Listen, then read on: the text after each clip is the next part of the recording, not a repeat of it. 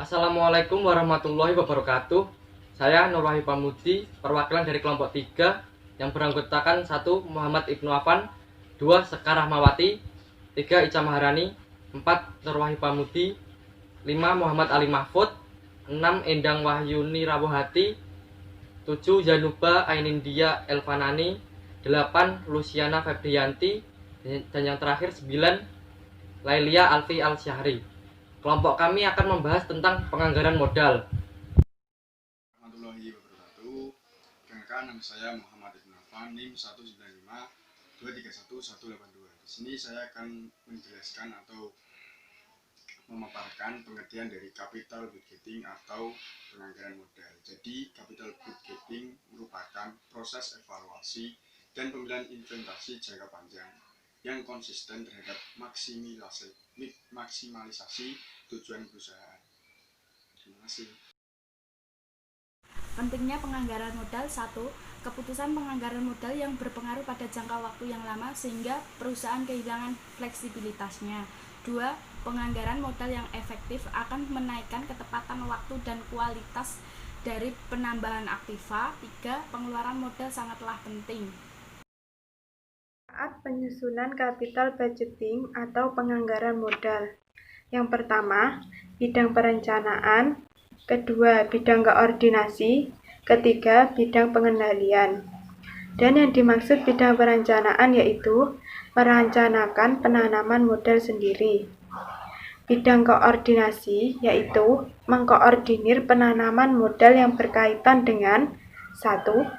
Kebutuhan pembelanjaan yaitu kebutuhan kas. 2. Pelaksanaan investasi pada berbagai aktivitas operasional. Yang ketiga, potensi penjualan. Yang keempat, potensi keuntungan. Yang kelima, potensi return on investment. Dan yang dimaksud bidang pengendalian yaitu mengendalikan perubahan modal. Teknik dan konsep anggaran modal. Yang pertama, menentukan nilai investasi awal. Yang kedua, menentukan modal atau sumber dana yang akan digunakan. Yang ketiga, memperkirakan arus kas dan investasi yang diusulkan. Yang keempat, memperhitungkan arus kas masuk. Yang kelima, melakukan kelayakan penilaian investasi. Metode penganggaran modal dan penerapannya. 1. Payback periode. Jangka waktu yang diperlukan untuk mendapatkan kembali jumlah modal yang ditanam. Semakin cepat modal dapat diperoleh kembali, berarti semakin kecil resiko yang harus diambil atau yang harus dihadapi. Yang kedua, net present value. Metode penilaian investasi yang menggunakan discount cash flow atau mempertimbangkan nilai waktu uang pada aliran kas yang terjadi sekarang dengan arus kas keluar yang akan diterima pada masa yang akan datang. Yang ketiga, internal rates of returns. Tingkat pengembalian yang dihasilkan atas suatu investasi atau discount rates yang menunjukkan present value cash flow sama dengan present value outlay. Yang keempat, profitability index. Membagi nilai antara sekarang arus kas masuk yang akan datang diterima di waktu yang akan datang dengan arus kas keluar. Yang terakhir yaitu accounting rates of returns. Metode ini menilai suatu dengan memperhatikan rasio antara rata-rata dengan jumlah modal yang ditanam dengan rasio antara laba bersih dengan rata-rata modal yang ditanam. Capital budgeting terdiri dari 5 langkah yang saling berkaitan, yakni 1. Pembuatan proposal.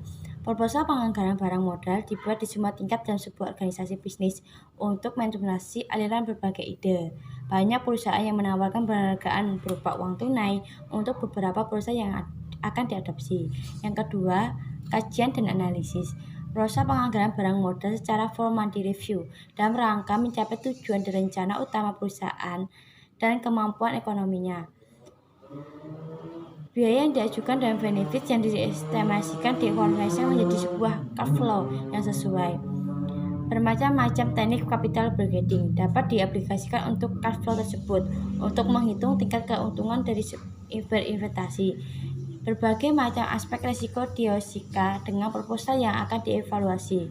Setelah analisis ekonomi telah dibuat lengkap, diiringi dengan data tambahan dan rekomendasi yang ditunjukkan untuk para pengambil keputusan. Yang ketiga, pengambilan keputusan. Besar sejumlah dana yang dikeluarkan dan pentingnya penganggaran barang modal menggambarkan tingkat organisasi tertentu yang membuat keputusan penganggaran. Perusahaan biasanya mendelegasikan kewenangan penganggaran barang modal sesuai dengan jumlah uang yang akan dikeluarkan. Secara umum, jajaran direksi memberikan keputusan akhir untuk sejumlah tertentu penganggaran barang modal yang dikeluarkan. Yang keempat, implementasi. Ketika sebuah proposal telah disetujui dan dananya telah siap dan tahap implementasi segera dimulai. Untuk pengeluaran yang dikecil, pengeluaran dibuat dan pembayaran langsung dilaksanakan. Namun, untuk penganggaran dalam jumlah besar dibutuhkan pengawasan yang ketat. Yang kelima, atau yang terakhir adalah follow up atau tindakan lanjut. Setelah diimplementasikan, maka perlu dilakukan monitoring selama tahap kegiatan operasi berjalan dari proyek tersebut. Perbandingan dari biaya yang ada dan keuntungan yang diekspektasikan dari berbagai proyek sebelumnya adalah sangat vital. Ketika biaya yang dikeluarkan melebihi anggaran biaya yang diterapkan, harus segera dilakukan tindakan untuk menghentikannya. Apakah dengan meningkatkan benefit atau mungkin menghentikan proyek tersebut. Setiap langkah dalam proses tersebut penting dilakukan, terutama pada langkah kajian dan analisis maupun pengambilan keputusan. Langkah kedua dan langkah ketiga yang membutuhkan waktu dan tenaga yang paling besar. Langkah terakhir yakni follow up juga penting namun sering diabaikan.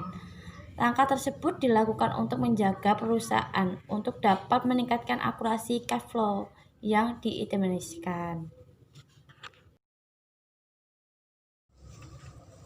Motif capital budgeting. Yang pertama ada pengembangan produk baru atau pembelian aktiva baru. Menurut Henry Shimamura, pengembangan produk baru adalah proses pencarian gagasan untuk barang dan jasa baru dan mengkonversikannya ke dalam tambahan list produk yang berhasil secara komersial, di mana pencarian produk baru ini didasarkan pada asumsi bahwa para pelanggan menginginkan unsur-unsur baru dan pengenalan produk baru yang akan membantu mencapai tujuan suatu perusahaan. Kemudian yang kedua ada pengurangan biaya dengan mengganti aktiva yang tidak efisien. Pengurangan biaya ini dilakukan perusahaan dengan tujuan untuk memaksimalkan dana yang digunakan untuk proses produksi. Biasanya dilakukan dengan cara mengurangi jumlah angka investasi. Yang ketiga ada modernisasi atas aktiva tetap. Perusahaan yang membutuhkan tambahan kapasitas mungkin akan menemukan bahwa pengganti maupun modernisasi aktiva tetap dapat mencegah persoalan tambahan kapasitas. Biasanya modernisasi ini dapat berupa perbaikan-perbaikan kecil, kemudian respirasi maupun penambahan komponen-komponen tertentu pada aktiva tetap yang sudah ada. Jenis-jenis keputusan penganggaran modal. Yang pertama ada melengkapi dan memperluas fasilitas, yang kedua menciptakan produk baru, yang ketiga inovasi dan perluasan produk, yang keempat konstruksi baru biasanya berupa pabrik, jalan raya maupun jembatan, yang kelima ada pergantian pabrik atau perangkat lama dengan pabrik atau perangkat baru yang lebih canggih dan lebih efisien. Yang keenam ada sewa atau bangun atau beli. Yang ketujuh ada adaptasi struktur dan peralatan dengan peraturan resmi asli dari pemerintah, lingkungan, dan keselamatan untuk orang lain. Yang kedelapan keputusan lain seperti kampanye iklan, program pelatihan, dan proyek yang memerlukan analisis arus kas keluar dan aliran masuk. Di sini saya ingin menjelaskan tentang prinsip dasar proses penganggaran modal. Penganggaran modal pada dasarnya aplikasi prinsip yang mengatakan bahwa perusahaan harus menghasilkan keluaran atau penyelenggaraan kegiatan bisnis. Produk sama dengan biaya imbuhannya. Prinsip ini dalam kerangka penganggaran modal berarti bahwa perusahaan harus melakukan tambahan investasi sehingga memperoleh imbuhan. Biaya imbuhan dari berbagai daftar investasi itu memberi petunjuk tentang upaya perusahaan memperoleh tambahan biaya. Biaya imbuhan modal berarti sejumlah biaya yang harus ditanggung oleh perusahaan untuk memperoleh dana dari luar atau dari pihak luar atau bisa juga dari investor. Jenis proyek yaitu ada dua. Yang pertama, independent project. Proyek atau investasi yang berdiri sendiri. Yang kedua, mutually eksklusif. Proyek ini memiliki fungsi yang sama dengan independent project. Ketersediaan dana. Jika dana tidak terbatas, maka perusahaan dapat memilih semua independent project sesuai dengan ekspektasinya. Jika dana terbatas, perusahaan perlu melakukan capital returning. Selanjutnya adalah proses capital budgeting. Terdiri dari 5 langkah, yaitu pembuatan proposal. Yang kedua, kajian dan analisa. Yang ketiga, pengambilan keputusan. Yang keempat, investasi. Dan yang kelima, follow up atau tidak berlanjut. Jenis-jenis investasi.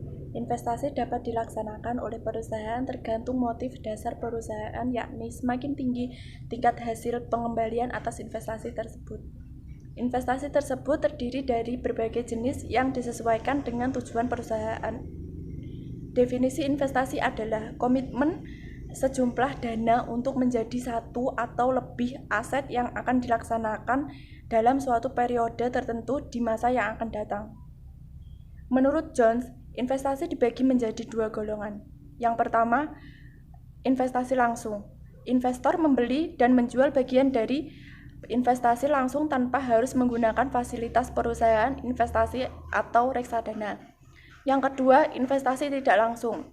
Investor membeli atau menjual bagian dari investasinya melalui perusahaan investasi atau reksadana dalam bentuk portofolio sekuritas.